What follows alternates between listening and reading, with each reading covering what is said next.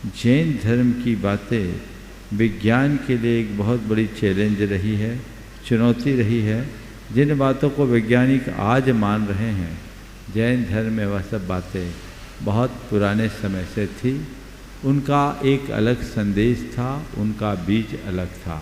हम शुरुआत करते हैं। पहले अध्याय में हमने कहा था कि जीव, अजीव, आश्रव, बंध, संवर, निद्रा, मोक्ष, ये 7 तत्व हैं। अब तक जो विवेचना हुई जीव की हुई। दूसरे क्रम में है अजीव। तो अजीव के संदर्भ में उनका परिचय कराते हुए पहला सूत्र इस अध्याय का, अजीव काया धर्माधर्मा कास्पुद्गलाः।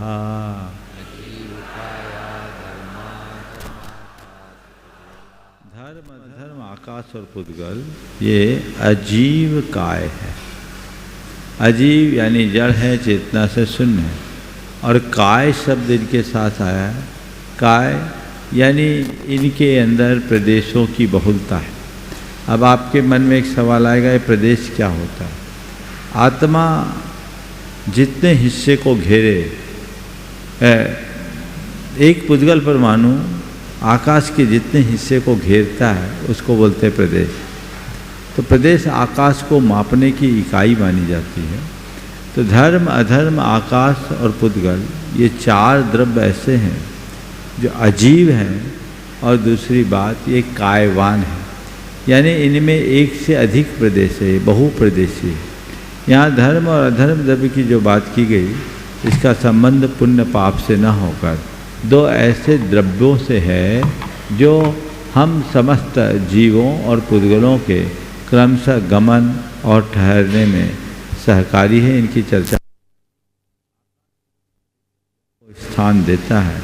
और पुद्गल हमारे देखने, छूने, चखने, सूंघने में जो भी पदार्थ आते हैं वे सब पुद्गल कहलाते हैं। ये 4 द्रव्य अजीव हैं और काय। द्रव्यानि, ये सब द्रव्य हैं। तो महाराज यही द्रव्य हैं क्या? कहते हैं द्रव्य किसको बोलते हैं? जो था, है और रहेगा उसका नाम द्रव्य है। जो सत है उसका नाम द्रव्य है। जो अस्तित्ववान है वो द्रव्य है। तो ये द्रव्य हैं। तो क्या इतने ही द्रव्य हैं? नहीं, जीवाश्च, जीव भी द्रव्य है जिनकी हमने चर्चा की। और च शब्द से आगे हम काल की चर्चा करेंगे, वह भी द्रव्य है। इस प्रकार ये संपूर्ण लोक, जीव, पुद्गल, धर्म, अधर्म, आकाश और काल, ये 6 द्रव्यों से निर्मित है। ये 6 द्रव्य कैसे हैं? नित्यावस्थितान्य रूपाणि, नित्य, अवस्थित और अरूपी हैं। नित्य यानी शाश्वत है, अवस्थित यानी इनमें कोई फेर बदल होने वाला नहीं है। एक किसी भी द्रव्य का एक प्रदेश भी इधर से उधर नहीं हो सकता। तो इसमें धर्म, अधर्म, आकाश, पुद्गल तो हैं ही, जीव भी हैं। अपने अंदर ये श्रद्धान जगाओ, हम एक द्रव्य हैं। क्या है? द्रव्य। कौन से द्रव्य है? जीव द्रव्य। सारी सृष्टि में उलट फेर हो जाए, मेरी आत्मा का एक प्रदेश भी इधर से उधर नहीं हो सकता। इसको बोलते हैं अवस्थित। सागर में चाहे कितनी लहरें उत्पन्न होकर विनष्ट क्यों ना हो, सागर ज्यों का त्यों रहता है। लहरें आती है और चले जाती है, लेकिन सागर अवस्थित रहता है। तो ये द्रव्य, 6 द्रव्य नित्य हैं, अवस्थित हैं और अरूपी हैं, यानी रूप, रस, गंध और स्पर्श से रहित है। देखने, छूने, चखने, सूंघने के अयोग्य है। तो महाराज हम आपको देख रहे हैं, आप हमको देख रहे हैं, और दुनिया में जो चीज़ें दिखाई पड़ रही है वो द्रव्य है कि नहीं? बोले हैं। तो फिर अरूपी कहाँ हुए? पूरी बात सुनो, हमने आधी बात कही है। क्या है? रूपिणः पुद्गलाः, 6 द्रव्य में हमने सबको अरूपी तो बता दिया, लेकिन घबराना नहीं। पुद्गल की विशेषता है, पुद्गल द्रव्य रूपी है। तो महाराज जो देखने, छूने, चखने, सूंघने में आए रूपी, तो हम आप एक दूसरे को देख, सूंघ, चख रहे हैं, तो देख रहे हैं, सूंघ रहे, चख रहे हैं और स्पर्श कर रहे हैं, छू रहे हैं, तो क्या हुआ? हम लोग भी पुद्गल हो गए? बोले हाँ, संसारी जीव भी कथनचित पुद्गल हैं। क्या है? हम लोग क्या हैं? पुद्गल हैं, अजीव हैं। क्यों? क्योंकि अनादि कर्म से बंधे होने के कारण हमारा ऐसा स्वरूप विकृत हो गया है। आकाशादेक द्रव्यानि, आकाश एक आकाश तक अर्थात धर्म अधर्म आकाश, ये तीन द्रव्य एक द्रव्यानि, एक द्रव्य है। ये आकाश तक एक एक ही द्रव्य है। निष्क्रियानि च, निष्क्रियानि, ये निष्क्रिय भी है। धर्म द्रव्य एक है, अधर्म द्रव्य एक है, आकाश द्रव्य इनकी संख्या एक है। और ये तीनों द्रव्य निष्क्रिय एक हैं और निष्क्रिय। क्रिया दो प्रकार की होती, स्थान से स्थानांतर जाने रूप और एक परिस्पंदनात्मक क्रिया। परिस्पंदनात्मक क्रिया यानी अपने स्थान पर पर्यायों को बदलने वाली क्रिया। तो पर्यायों को बदलने वाली क्रिया से शून्य कोई भी द्रव्य नहीं, लेकिन धर्म द्रव्य, अधर्म द्रव्य, आकाश द्रव्य ये क्रिया शून्य द्रव्य है। इनमें कोई गति नहीं है। 6 द्रव्यों में केवल जीव और पुद्गल द्रव्य हैं जो क्षेत्र से क्षेत्रांतर जाते हैं। समझ गए? धर्म द्रव्य एक है, वो जहाँ के तहाँ रहता। अधर्म द्रव्य एक है, वो जहाँ के तहाँ रहता। आकाश द्रव्य भी एक ही है, वो जहाँ के तहाँ रहता है। अब जीव और पुद्गल गमन करते हैं। 6 शब्द से काल द्रव्य भी हैं असंख्य, पर जहाँ के तहाँ रहते हैं, ऐसा समझिए। असंख्या प्रदेशा धर्मा धर्मैक जीवानाम, असंख्या प्रदेशा धर्मा धर्मे जीवानाम। धर्म अधर्म और एक जीव, इनके असंख्यात प्रदेश होते हैं। कितने प्रदेश होते हैं? असंख्यात। अब आपके सामने सवाल आया प्रदेश। अभी मैंने कहा था कि प्रदेश आकाश को मापने की इकाई है। क्या है? आकाश को, कपड़ा को आप मीटर से नापते हैं, दूध को आप लीटर से नापते हैं, बुखार को थर्मामीटर से नापते हैं। आकाश को नापे तो कैसे नापें? तो उसकी सबसे छोटी इकाई क्या? प्रदेश। एक पुद्गल परमाणु आकाश के जितने क्षेत्र को घेरता है उसको बोलते हैं प्रदेश। तो यहाँ पर धर्म अधर्म और एक जीव, धर्मद्रव्य अधर्मद्रव्य और एक जीव, इनके पास कितने प्रदेश हैं? तो इसको बोलते हैं असंख्यात प्रदेश। कितने प्रदेश? असंख्यात। यानी धर्मद्रव्य लोक में फैले तो कितने प्रदेश में फैलेगा? तो असंख्यात प्रदेशों में। और उसका मान कितना है? संपूर्ण लोक। कितना है? संपूर्ण लोक। पूरे धर्मद्रव्य और अधर्मद्रव्य पूरे लोक में फैला हुआ है। जैसे तिल में तेल फैला है, और तिल के रग रग में तेल होता है, तिल में तेल जिस तरह से व्याप्त होता है, उसी तरह लोक में धर्म द्रव्य और अधर्म द्रव्य भी व्याप्त है। वो असंख्यात प्रदेश है। जीव में भी ऐसी क्षमता है। जीव यदि इस लोक में अपना फैलाव करे, क्या करे? फैलाव करे, तो कहाँ तक फैलेगा? तो लोक प्रमाण असंख्यात प्रदेशों में। प्रदेश का मतलब ये मत समझना कि जीव के इतने टुकड़े, ये फैलाव, विस्तार, उसका वॉल्यूम वो कितना है? असंख्यात। वो असंख्यात है, यानी पूरे लोक में फैलने की ताकत हमें आप में है। सब जीव में बराबर है। संकुचित हो जाए तो इस अंगूर के असंख्यातवें भाग में आएंगे, फैल जाए तो पूरे लोक तक फैल सकते हैं। तो धर्मद्रव्य कितना प्रदेशी? लोक प्रमाण असंख्यात प्रदेशी। अधर्मद्रव्य कितना प्रदेशी? लोक प्रमाण असंख्यात प्रदेशी।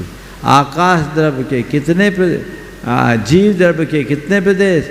लोक प्रमाण असंख्यात प्रदेश। संख्या संख्याश्च पुद्गला आकाशस्यानन्ताः, आकाशस्यानन्ताः। आकाश के अनंत प्रदेश है। आकाश एक ऐसा द्रव्य जो सभी द्रव्यों को अपने में स्थान देता है। वो लोक अलोक सब में व्याप्त है।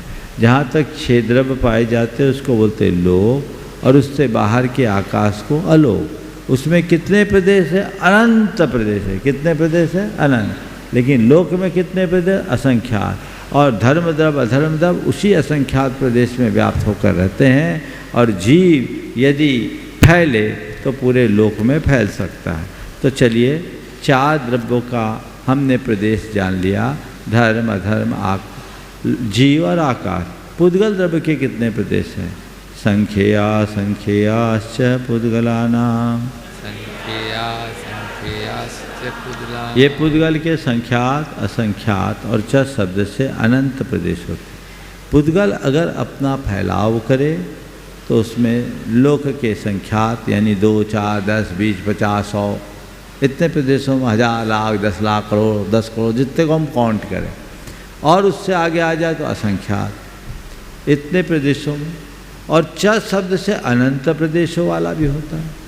अब यहाँ मामला गड़बड़ा गया। यहाँ प्रदेश का अर्थ हमने फैलाव बताया, और प्रदेश का अर्थ हमने फैलाव बताया तो लोक ही असंख्यात प्रदेशी है। अनंत पुद्गलों को हमने फैला दिया तो असंख्यात प्रदेशी लोक में अनंत प्रदेशी पुद्गल कैसे रहेगा? रहेगा क्या? रह लेगा। कैसे रहेगा? तो मेरे दिमाग से चलोगे तो रह लेगा।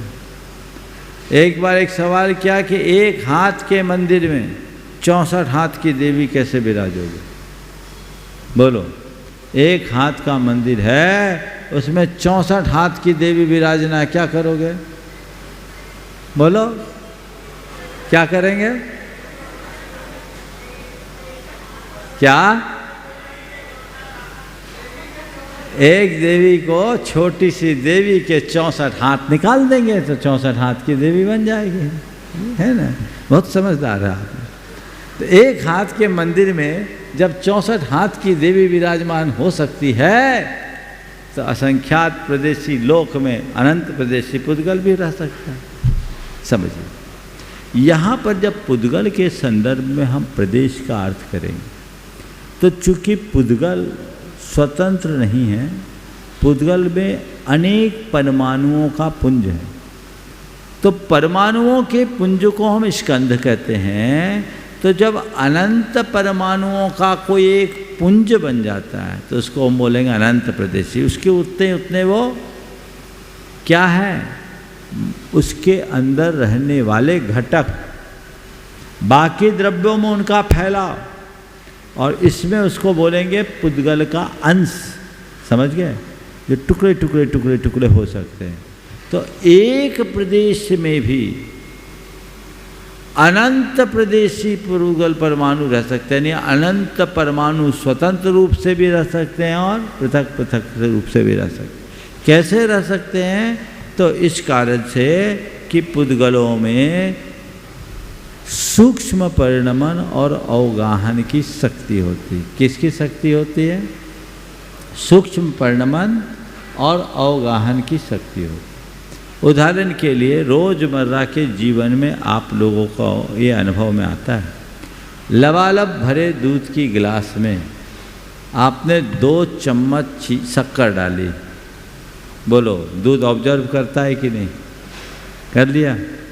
लबालब भरा है, दूध डालो तो 2 बूंद दूध नहीं आ सके, लेकिन 2 चम्मच शक्कर उसमें कैसे समा गई? शक्कर ने अपना सूक्ष्म परिणमन किया और दूध ने उसको अवगाहित कर दिया। तो ऐसी एक अगरबत्ती है, उसको जलाया, उसका धुआं पूरे पांडाल में भर गया। अब वो क्या हुआ? कहाँ से निकले वो परमाणु? थे कहाँ? अगरबत्ती में थे ना। अभी सूक्ष्म परिणमन था, स्थूल परिणमन किया तो फैल गया। तो अपने सूक्ष्म परिणमन के कारण आकाश के छोटे से हिस्से में अनंत पुद्गल परमाणु रह सकते हैं। इसलिए पुद्गलों की जब चर्चा आएगी तो वो संख्यात प्रदेशी, असंख्यात प्रदेशी और अनंत प्रदेशी भी समझना चाहिए। नानो हो, अणु के प्रदेश नहीं होते। अणोहो प्रदेशा न संति, अणु के प्रदेश नहीं होते क्योंकि वह एक प्रदेशी ही होता है। ऊपर जो संख्यात असंख्यात और अनंत बताया वो एक से अधिक अणुओं के परस्पर संयोग से बने स्कंधों की बात है। रहते कहाँ हैं? लोकाकाशे वगाह,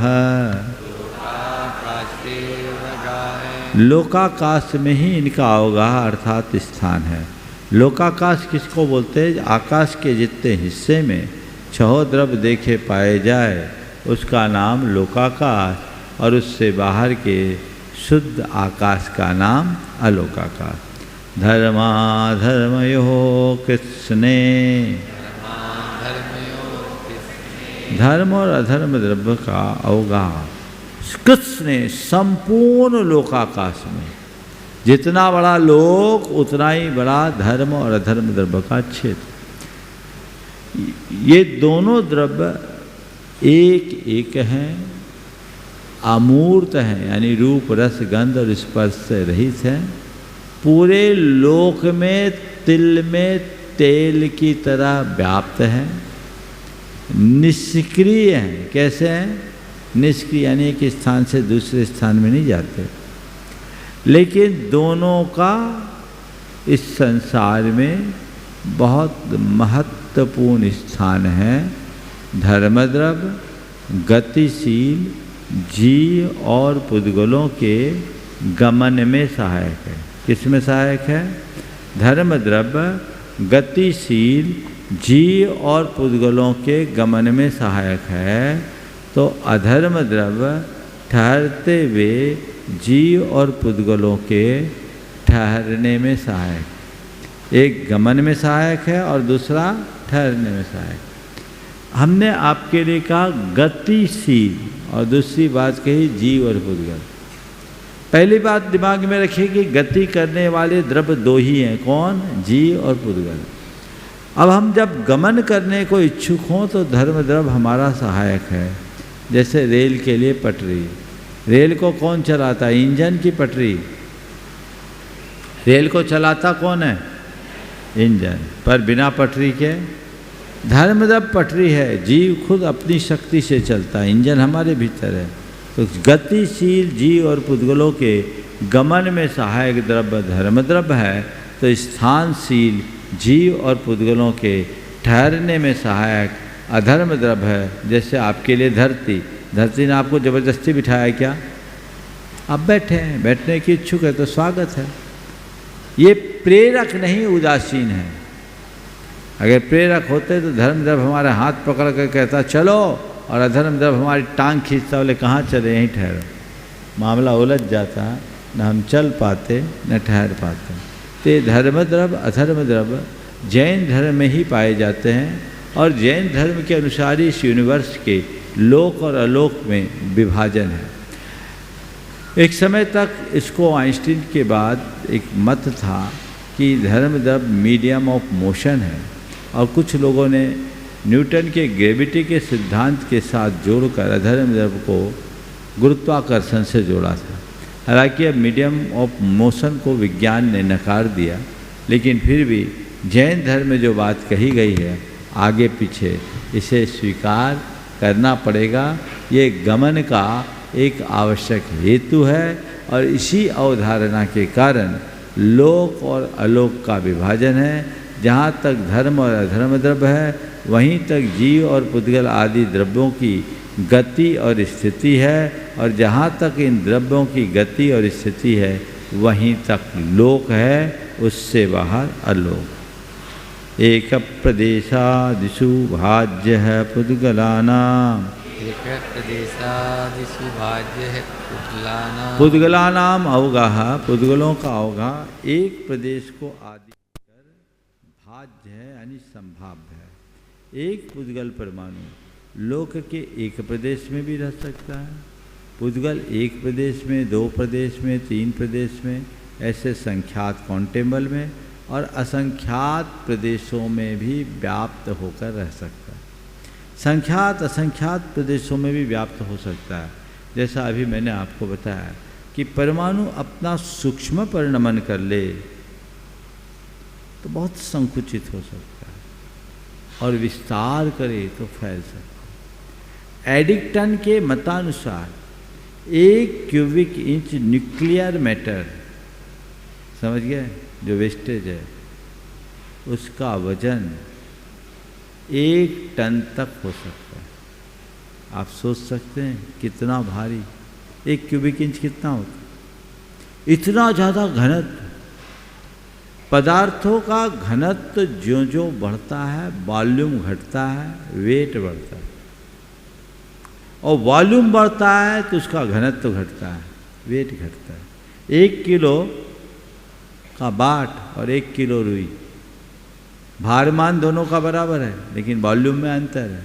एक का घनत्व ज़्यादा है, एक का वॉल्यूम कम है, तो एक का वॉल्यूम ज़्यादा है, घनत्व कम है। तो ये चीज़ें दोनों हैं जो पुद्गल यानी मैटर का अपना स्वभाव है, तो वो उसी के अनुसार एडजस्टमेंट करता है।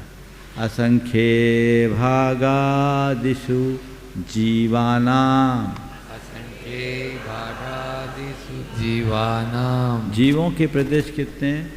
असंख्यातवें भाग को आदि लेकर, लोक के असंख्यातवें भाग से कम जीव स्थान ग्रहण नहीं करता, वो असंख्यातवें भाग को ग्रहण करता है, असंख्यात बहुभाग को ग्रहण करता है, और सर्वलोक तक को ग्रहण कर सकता है। कब?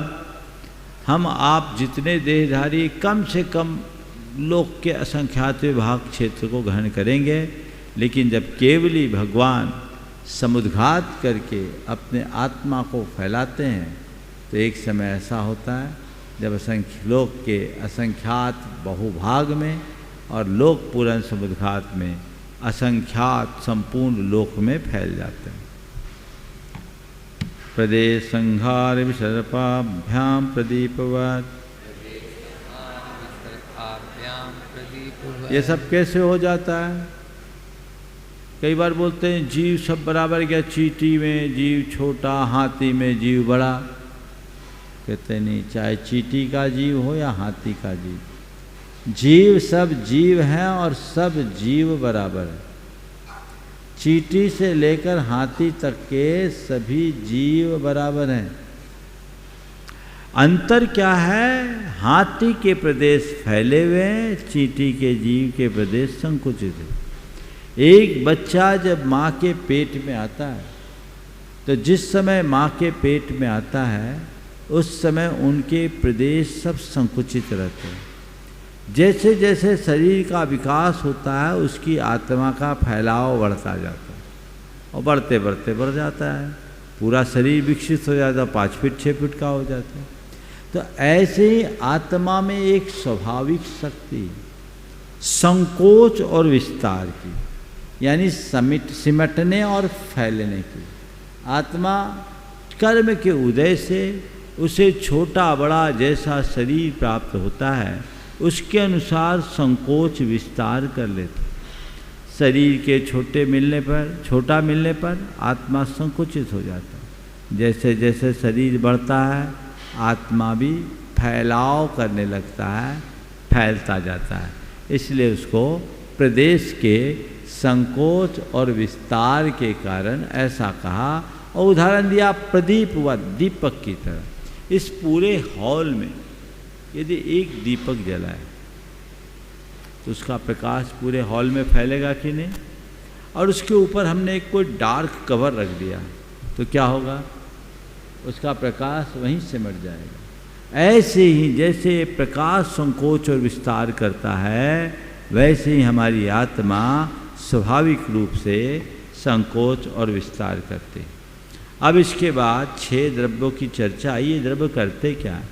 तो कहते हैं गति स्थित उपग्रहो धर्मा धर्मयोरुपकार है।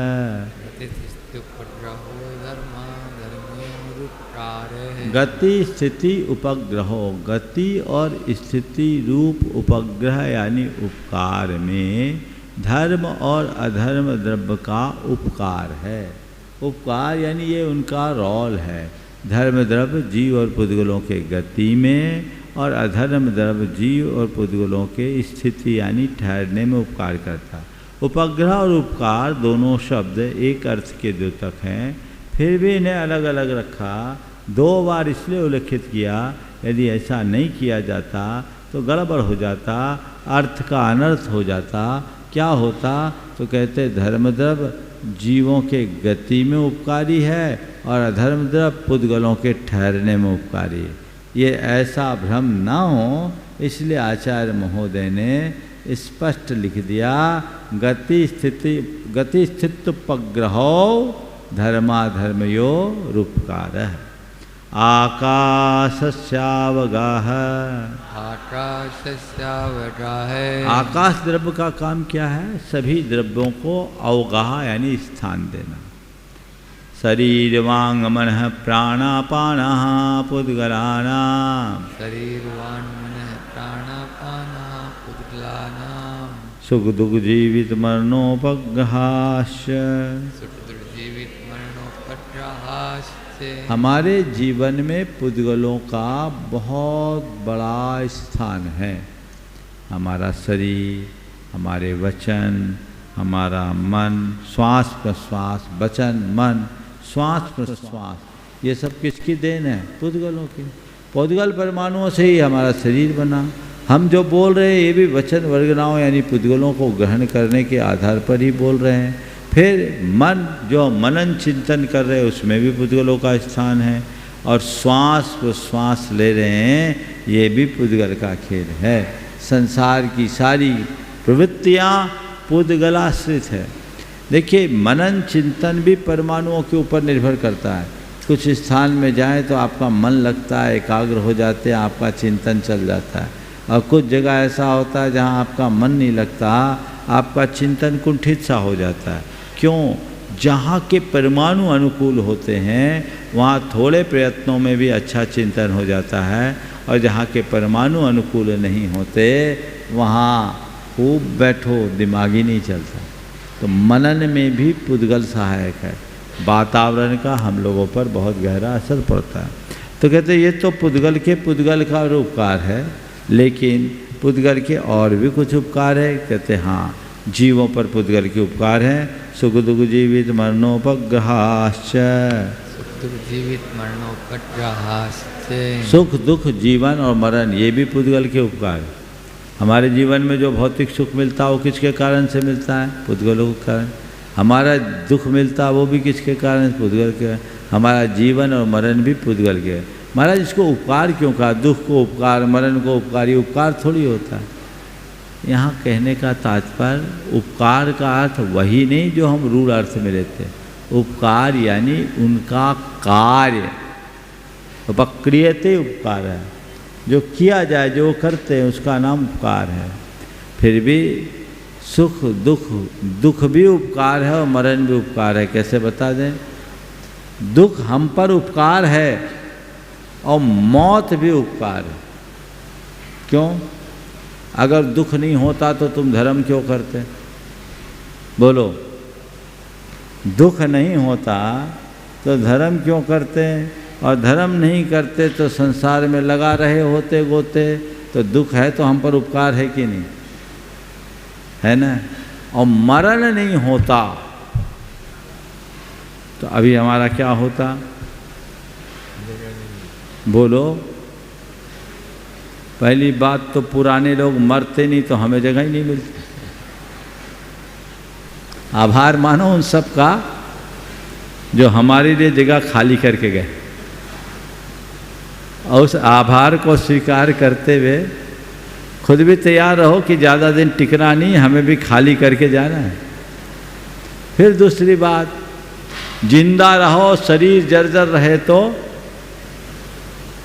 मरो नहीं तो क्या होगा?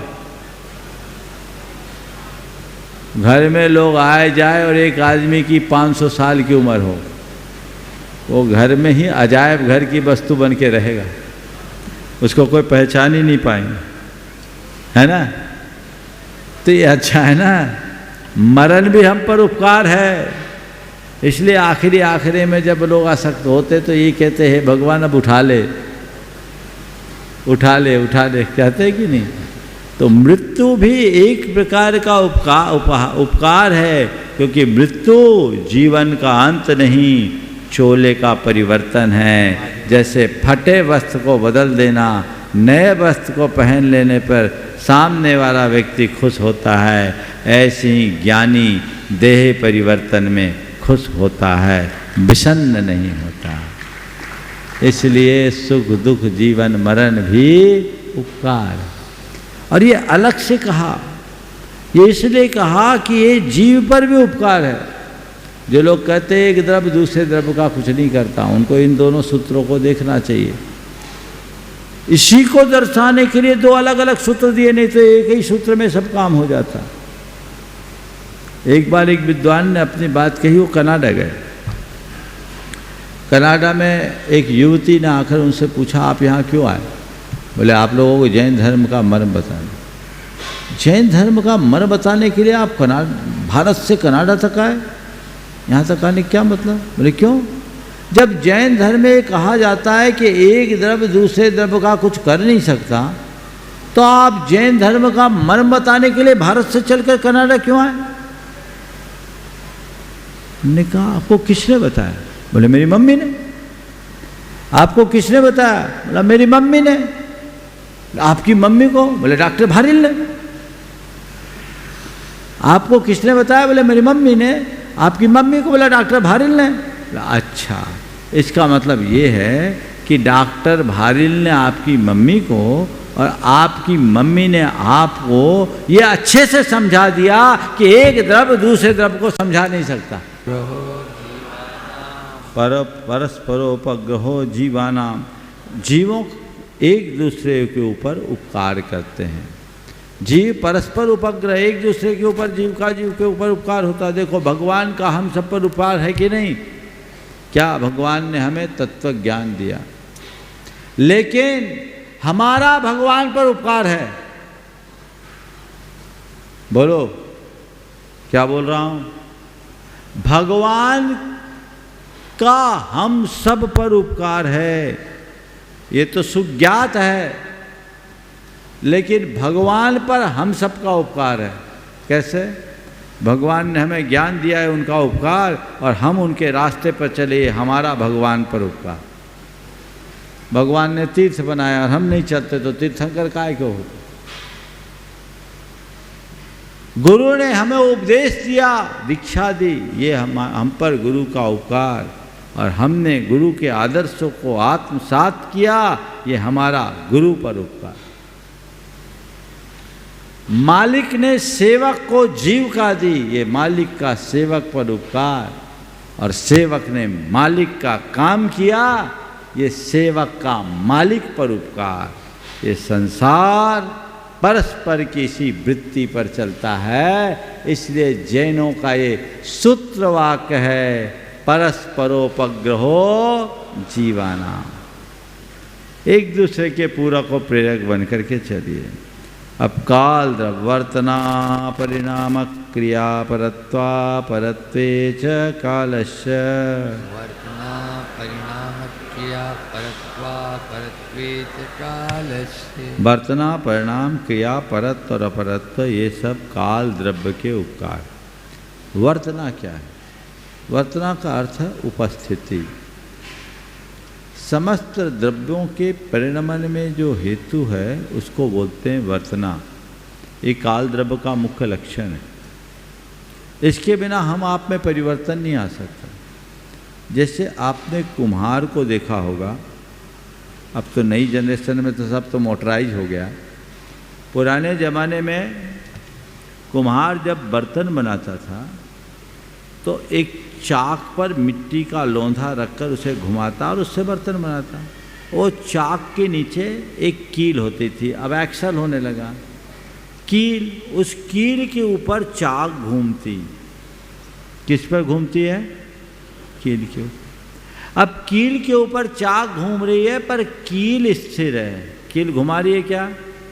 कील घूम रही है क्या? न तो कील घूम रही, न ही कील घुमा रही, पर कील को निकाल दे तो चाक घूमेगी क्या? बस इसी को बोलते वर्तना, जो काल द्रव्य का लक्षण है, जिसके सहारे सब द्रव्यों में परिवर्तन हो, उसका नाम है वर्तना, जो किसके निमित्त से होता है? काल द्रव्य से। परिणाम यानी पर्याय, हमारे जो हर क्षण अवस्थाएं बदलती है यह परिणाम है, क्रिया। एक स्थान से दूसरे स्थान में हमें क्या लगता है? टाइम।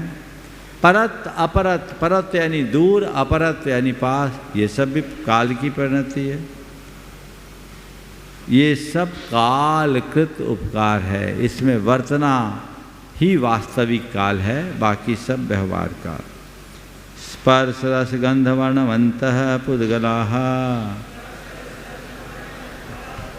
जितने भी पुद्गल हैं वे स्पर्शवान, रसवान, गंधवान और वर्णवान। देखिए,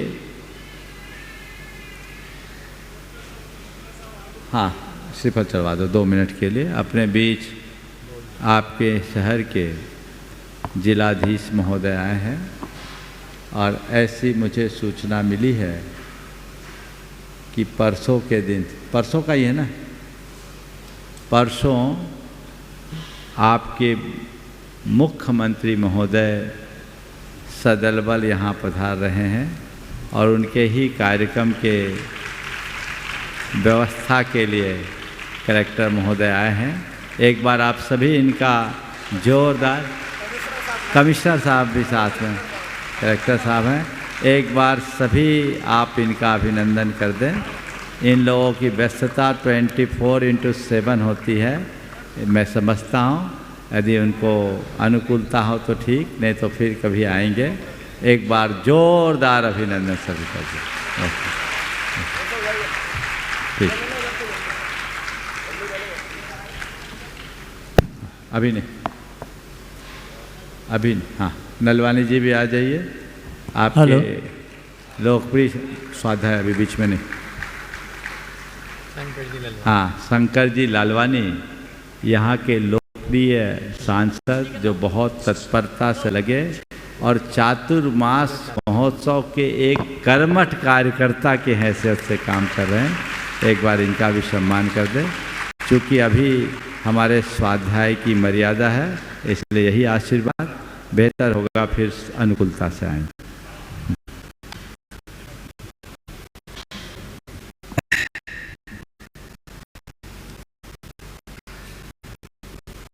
मैं आपसे कह रहा था कि बारे में जैन दर्शन का सिद्धांत है, बहुत वैज्ञानिक है। स्पर्श रस गंध वर्ण वंतः पुद्गला, एक वैज्ञानिक बात पर आप सबका ध्यान आकर्षित करता है। जैन धर्म के अनुसार जितने भी पुद्गल हैं सब एक जाति हैं। उसमें स्पर्श भी है, रस भी है, गंध भी है, वर्ण भी है।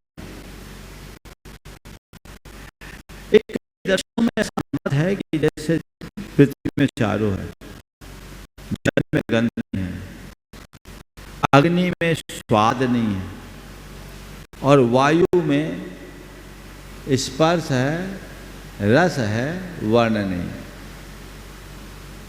जैन धर्म कहता है ऐसा नहीं, किसी में किसी गुण की विशेषता हो, किसी की अल्पता हो, लेकिन जिसमें एक होगा उसमें चारों ही हो। ये जैन धर्म की अति प्राचीन मान्यता थी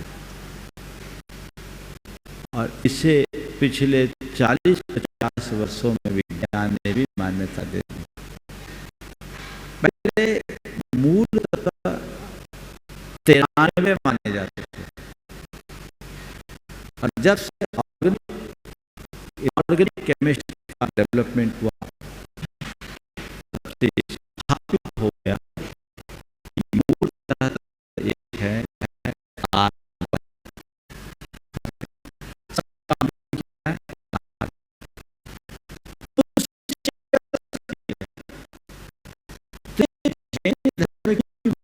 अवधारणा के एकदम अनुकूल है।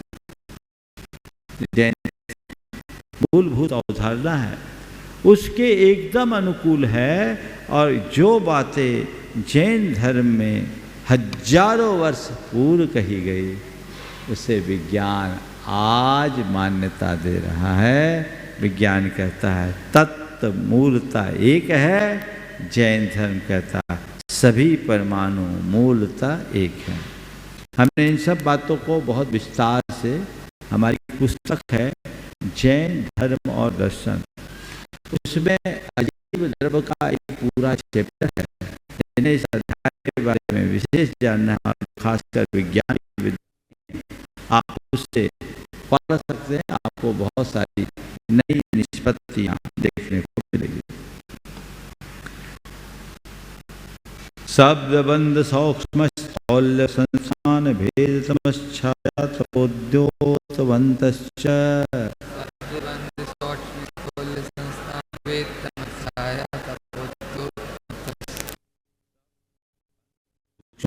स्थूलता, संस्थान यानी आकार, भेद यानी टुकड़े, तम यानी अंधकार, छाया ने स्थापित किया कि मैटर और एनर्जी एक ही वस्तु के दो नाम।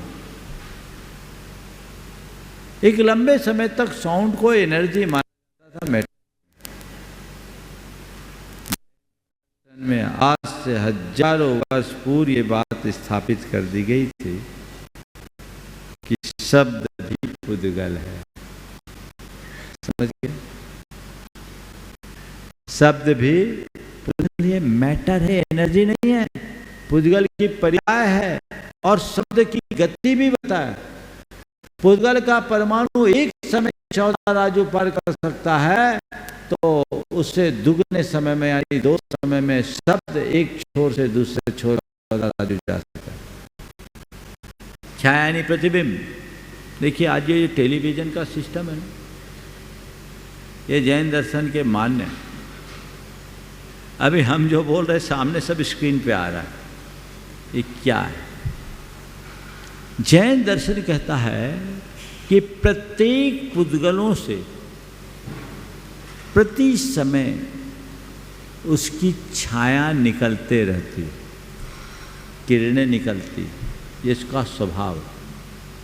वो तब तक प्रकट नहीं होती जब तक उसके लिए कोई बाधक कारण नहीं है, जैसे दीवार, दर्पण, कोई तरल पदार्थ जिसमें हमारा प्रतिबिंब हो। अब ये छाया निकल रही, इस छाये को क्या किया, इस कैमरे ने कैच कर ली।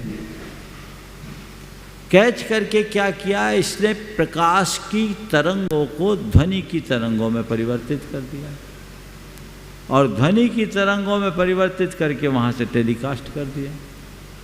वहाँ से किया तो सिस्टम ने उसको पकड़ा और वापस ध्वनि से प्रकाश में रिफ्लेक्ट कर दिया।